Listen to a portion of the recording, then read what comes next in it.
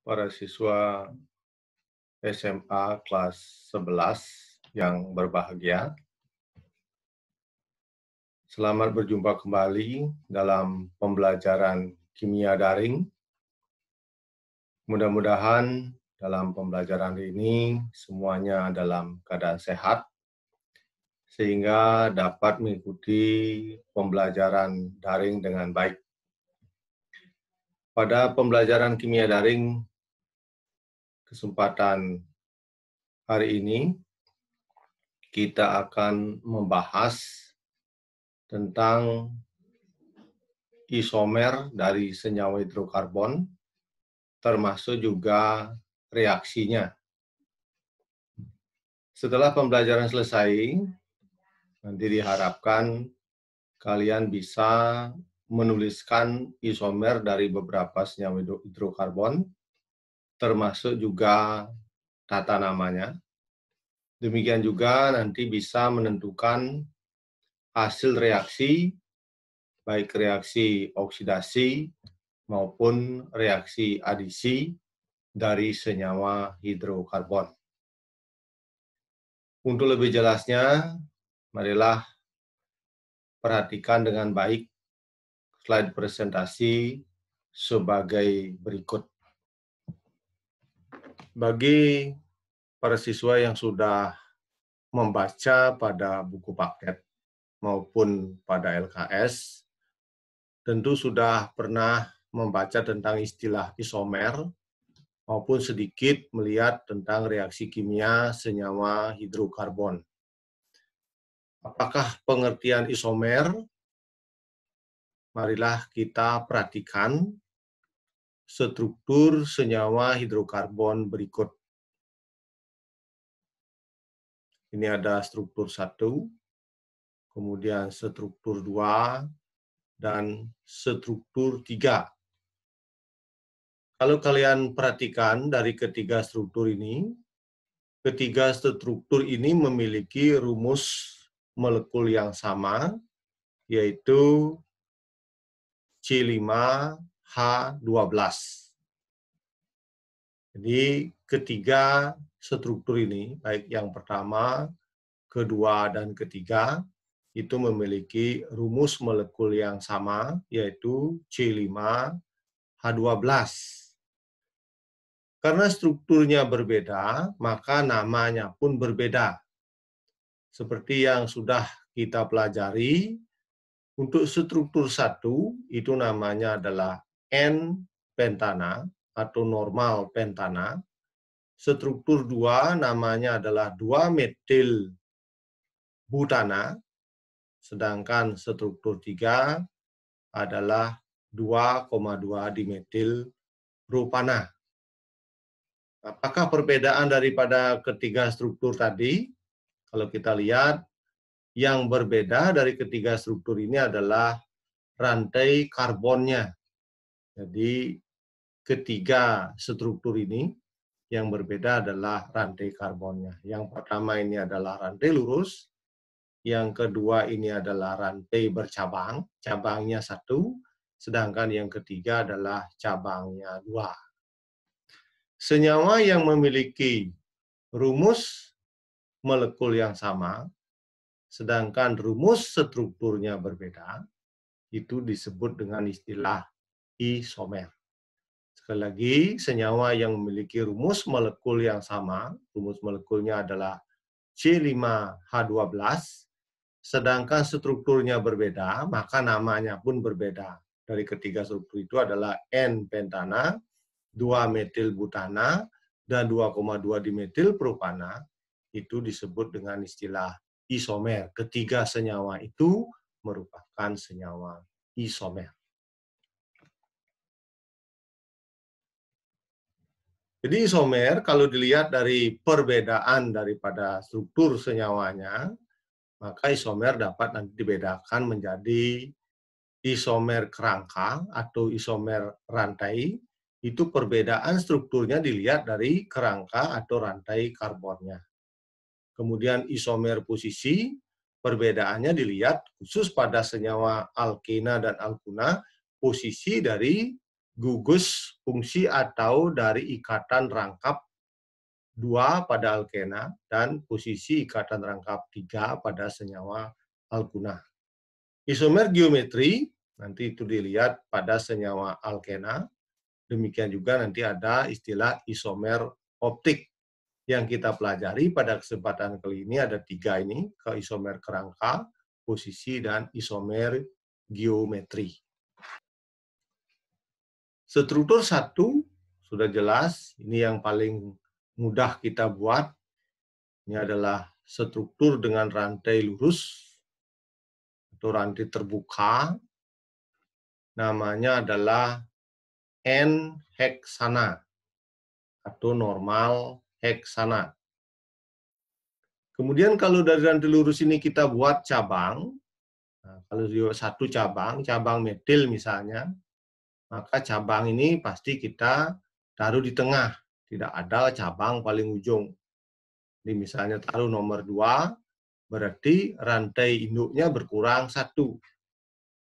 Menjadilah strukturnya seperti ini. Ini satunya kita pakai sebagai cabang, taruh di sini. Dihitungnya mulai dari ujung kiri, 1, 2, 3, 4, 5. Sehingga namanya adalah 2 metil pentana. Nah, kalau kita sekarang cabang ini kita pindahkan ke kanan, pada rantai nomor 3, C nomor 3, maka namanya adalah 3 metil pentana. Kalau kita pindahkan cabang ini ke sini, ke kanannya lagi, maka namanya ngitungnya mulai dari kanan. Sama lagi dengan 2 metil pentana. Sehingga cabang ini tidak bisa kita pindahkan lagi ke sini. Nah, maka ada kemungkinan struktur yang lain. Misalnya cabangnya 2. Nah, kalau cabangnya 2, kita potong rantai induknya ini lagi 1, kita taruh misalnya pada nomor 2, maka namanya adalah 2,3 dimetil butana. Jadi rantai induknya 4, cabangnya 2. Jadi 2,3 dimetil butana. Kalau cabang yang ketiga ini kita pindahkan sekarang kepada nomor 2, cabangnya di sini saja, maka menjadi ya, seperti ini strukturnya, menjadi 2,2 dimetil butana. Jadi C6H14 itu memiliki 5 isomer, yaitu N-heksana, 2 metil pentana, 3 metil pentana, 2,3 dimetil butana, dan 2,2 dimetil butana. Kalau kita lihat dari kelima isomer ini, perbedaannya terjadi pada rantai karbonnya atau kerangka dari karbonnya, kerangka rantai karbonnya. Maka disebut dengan istilah isomer rantai atau isomer kerangka. Kita lanjutkan untuk isomer senyawa alkena. Coba perhatikan. Tentukan isomer dari senyawa C5H10. Nama pokok dari alkenanya adalah pentena. Jadi struktur yang paling sederhana itu adalah seperti ini. Ini ikatan rangkap terjadi antara nomor 1 dan nomor 2, maka namanya adalah 1 pentena. Kemudian misalnya ikatan rangkap ini pindah dia ke sini, ke kanan, antara C1 dengan C2 dengan C nomor 3. Strukturnya menjadi seperti ini, maka namanya sudah berubah menjadi 2 pentena. Jadi ini strukturnya berubah. Yang pertama itu adalah 1 pentena, ikatan rangkap terjadi antara C1 dengan C yang kedua, sedangkan yang kedua ini adalah 2 pentena, antara C yang kedua dengan C yang ketiga. Kalau misalnya ikatan rangkap ini pindah lagi ke kanan, maka namanya tetap 2 pentena. Berarti tidak bisa dia pindah lagi ke sini. Walaupun ada pindah ke kanan lagi, namanya ada 1 pentena. Sama artinya dengan senyawa yang nomor 1. Tidak usah kita tuliskan. Kalau sudah namanya sama, berarti strukturnya sama. Ini alkena yang bercabang. Nah, cabang berarti kalau dia membuat cabang, berarti atom C yang terletak di antara ikatan rangkap yang di tengah ini tidak lagi mengikat H. Kenapa tidak mengikat H? Karena sudah keempat tangannya, keempat ikatannya itu sudah mengikat atom C yang lain. Di sekitarnya ini sudah terjadi ikatan kovalen antara atom C dengan atom C yang lain. Tidak ada lagi atom H di tengah ini. Ini namanya adalah ikatan rangkap terjadi antara 1 dan 2. Sedangkan cabangnya itu terjadi pada atom C nomor 2. Sehingga namanya adalah 2-metil 1-butena. Yang keempat, ikatan rangkapnya sama seperti yang struktur 2, tapi cabangnya nomor 2. Jadi namanya adalah 2-metil 2-butena.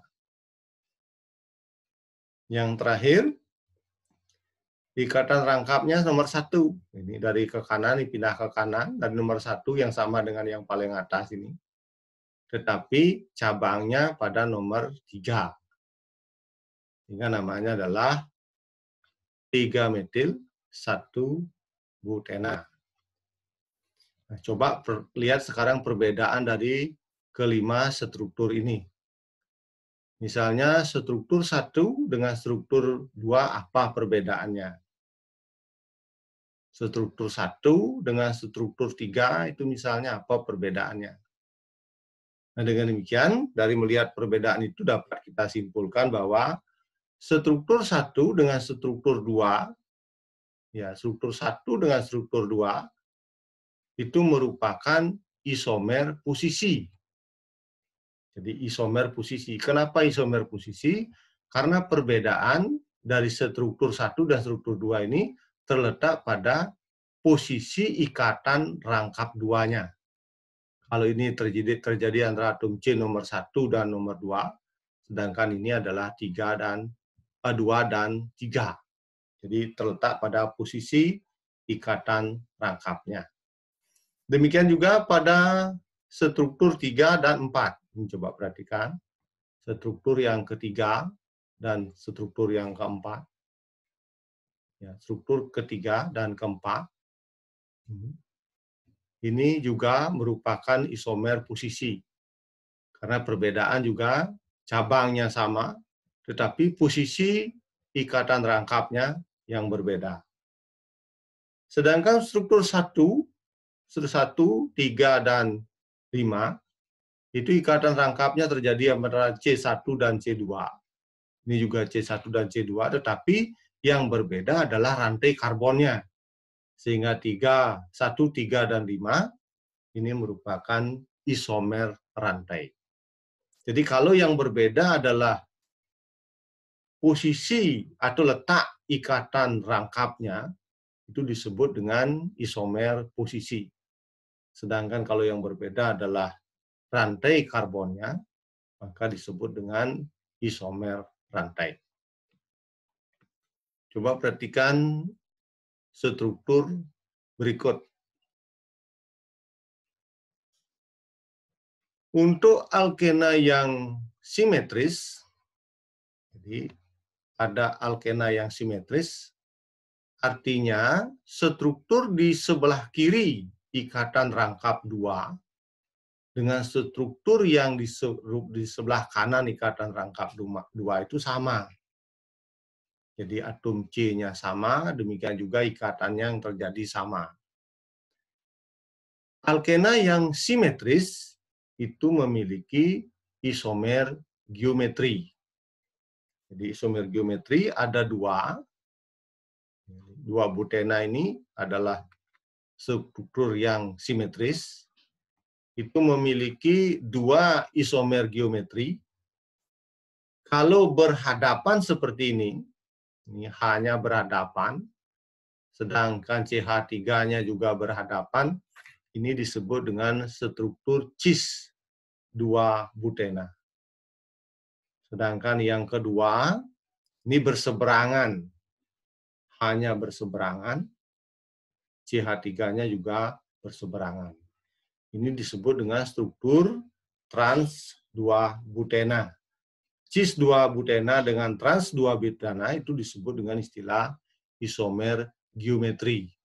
Yang perlu kalian ingat bahwa isomer geometri ini hanya dimiliki oleh alkena yang simetris. Simetris artinya ikatan atom C yang di sebelah kiri, rantai atom karbon yang di sebelah kiri, dengan di sebelah kanan, ikatan rangkap dua itu sama. Jadi sama, itu namanya yang simetris. Kalau tidak sama, itu artinya alkena yang tidak simetris. Sebagai contoh soal, senyawa berikut ini yang mempunyai isomer geometri adalah, jadi yang memiliki isomer geometri itu artinya alkena yang simetris. Boleh kalian gambarkan sekarang strukturnya ini, 1 etena. Berarti 2 atom C. Apakah dia simetris? Simetris, tetapi gugus yang diikat oleh atom C kiri dan kanan itu sama. Atom H dan atom H. Itu simetris.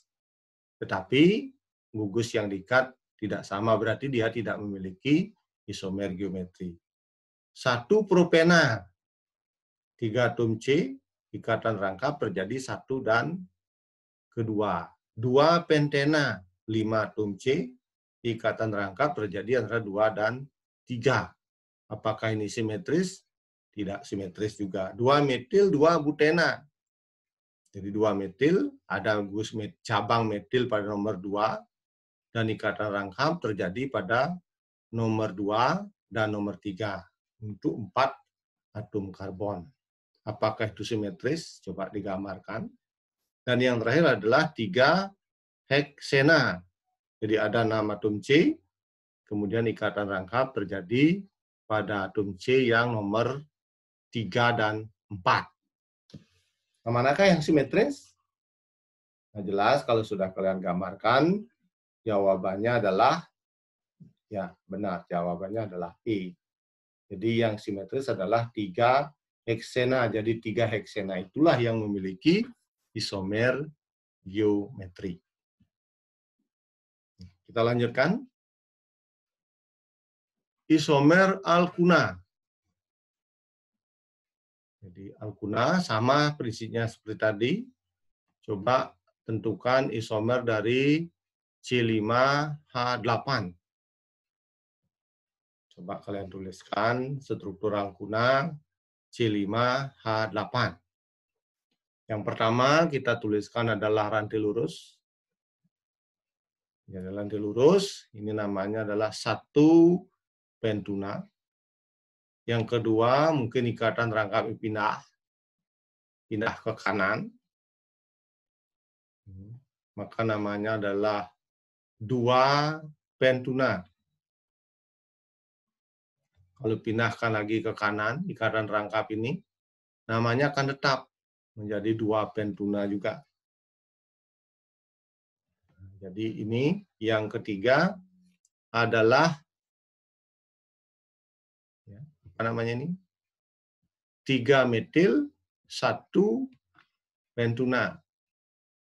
Kenapa 3 metil? Karena hitungnya dari ujung yang paling dekat dengan ikatan rangkap.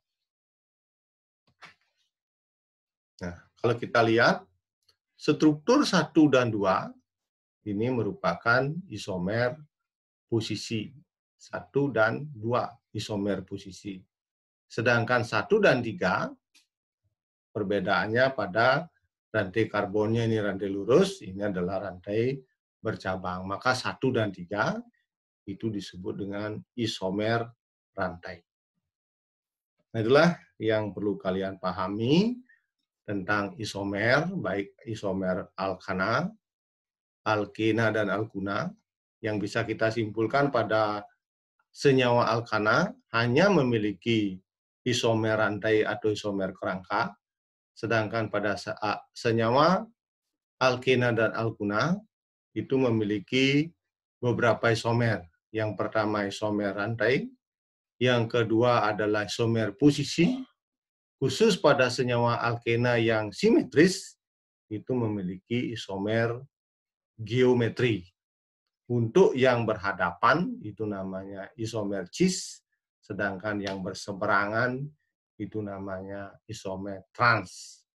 Jadi geometri ada 2, cis dan trans, khusus pada senyawa alkena yang simetris. Kita lanjutkan tentang reaksi senyawa karbon. Ini hal yang sangat penting yang perlu kalian ketahui. Dan nanti dalam tugasnya kalian bisa menjelaskan sedikit tentang dampak-dampak dari reaksi pembakaran senyawa hidrokarbon. Reaksi yang pertama yang kita bahas adalah reaksi oksidasi. Reaksi oksidasi ini sama dengan reaksi pembakaran atau reaksi dengan oksigen yang ada di udara. Misalnya gas LPG atau gas butana itu bereaksi dengan oksigen yang ada di udara sebagai bahan bakar untuk peralatan dapur atau kompor gas. Itu kalau terjadi pembakaran, maka hasilnya adalah energi panas. Kemudian hasil dari pembakarannya adalah karbon dioksida dan uap air. Nanti kalau kita setarakan reaksinya, maka dua molekul C4H10, 2 molekul butana, bereaksi dengan 13 molekul oksigen, akan menghasilkan 8 molekul karbon dioksida dan 10 molekul H2O. Itu 2 mol misalnya gas butana bereaksi dengan 13 mol gas oksigen akan menghasilkan 8 mol gas karbon dioksida dan 10 mol gas H2O. Yang di atas ini reaksi belum setara, yang di bawah ini reaksinya sudah setara. Artinya jumlah atom di ruas kiri sama dengan jumlah atom di ruas kanan. Jadi pembakaran sempurna senyawa hidrokarbon hasilnya adalah karbon dioksida dan uap air.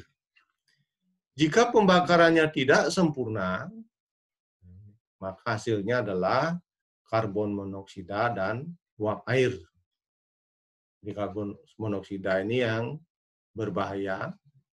Kalau terhirup, dia akan lebih mudah diikat oleh hemoglobin darah, sehingga orang yang menghirup gas karbon dioksida bisa menyebabkan terjadinya kekurangan oksigen. Pusing-pusing, bahkan bisa menjadi pingsan karena kekurangan oksigen yang diikat oleh hemoglobin darahnya. Ini penyetaraannya, sama seperti tadi, kalau kita setarakan reaksinya, maka koefisiennya menjadi 2, 9, 8, dan 10. Jadi pembakaran tidak sempurna, hasilnya adalah karbon monoksida. Kalau pembakarannya sempurna, menghasilkan karbon dioksida. Bahan bakar yang banyak kita gunakan dalam kehidupan sehari-hari itu adalah bahan bakar bensin yang bisa dipakai untuk kendaraan bermotor. Dalam kandungan bahan bakar bensin ada 2 senyawa penting yang terdapat di dalamnya. Yang pertama disebut dengan isooktana. Isooktana itu adalah nama lain dari 2,2,4 trimetil pentana. Nanti kalian bisa gambarkan rumus strukturnya. Yang kedua adalah normal heptana atau N-heptana.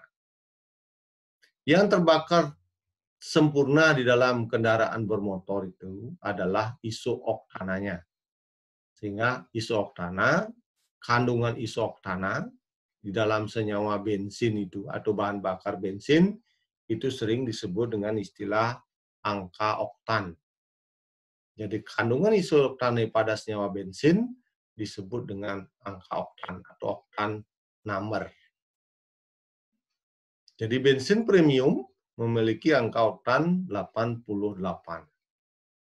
Sedangkan bensin Pertalite itu memiliki angka oktan 90, sedangkan bensin Pertamax itu angka oktannya 92. Angka oktan 88 artinya kandungan isooktananya adalah 88%, sedangkan 12% adalah normal heptananya. Kalau Pertalite 90, berarti isooktananya 90%. 10% adalah normal heptana. Demikian juga Pertamax 92%, berarti isooktananya adalah 92%, sedangkan normal heptananya adalah 8%. Semakin banyak seperti tadi, semakin besar angka oktannya, berarti semakin banyak kandungan isooktananya. Berarti semakin baik mutu bensinnya. Karena yang terbakar sempurna itu adalah isooktananya. Jadi isoktana ini yang terbakar sempurna pada mesin kendaraan bermotor. Jadi untuk menaikkan angka oktan, menaikkan angka keterbakaran bensin itu, maka dipakailah zat aditif. Zat aditif bensin itu ada dua. Yang pertama namanya TEL, tetraethyllead atau tetraethyltimal. Kemudian yang kedua adalah MTBE, metil tersier butil ether atau senyawa ether. Ini adalah zat aditif yang ditambahkan kepada bensin untuk menaikkan angka oktannya. Kalau bensin yang menggunakan TEL, ini akan menimbulkan polusi. Ini yang berbahaya, leadnya ini, timalnya. Maka timal ini tidak terbakar, terbuang ke udara. Inilah yang berbahaya. Bisa menyebabkan terjadinya keracunan logam berat. Kalau MTBE, ini MTBE, metil tersier butil ether, ini adalah murni dari senyawa karbon. Jadi kalau dia terbakar, hasilnya adalah karbon dioksida dan uap air. Sehingga yang lebih cocok digunakan sebenarnya untuk zat aditif itu adalah metil tersier butil ether atau MTBE. Ini adalah struktur dari isooktana. Kandungan utama pada bahan bakar bensin yang terbakar dengan baik yang disebut dengan 2,2,4 trimetil pentana. Ini strukturnya. Inilah yang menentukan, senyawa inilah yang menentukan mutu pada bensin. Jadi semakin besar angka oktannya, semakin banyak kandungan isooktananya, berarti mutu bensin semakin baik. Jadi pertanyaannya apakah nanti perbedaan bensin premium, Pertalite, dan Pertamax itu adalah dari angka oktannya, bukan dari warnanya, dan seterusnya.